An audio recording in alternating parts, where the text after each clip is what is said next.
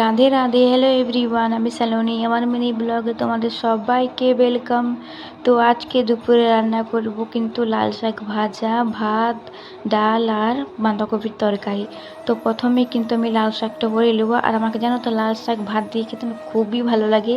আমাকে ডাল তরকারি না দিবে তাও চলবে, কিন্তু আমাকে শাক ভাত দিলে না খুবই ভালো লাগে আমার খেতে। তো যাই হোক, দেখো এদিকে কিন্তু আমি শাকটা ভেজে নিয়েছি, তারপর ভাত হয়ে গেছে, এই যে ডালটা সাতুলে নিয়েছি, তারপর এদিকে করছি আমি তরকারি।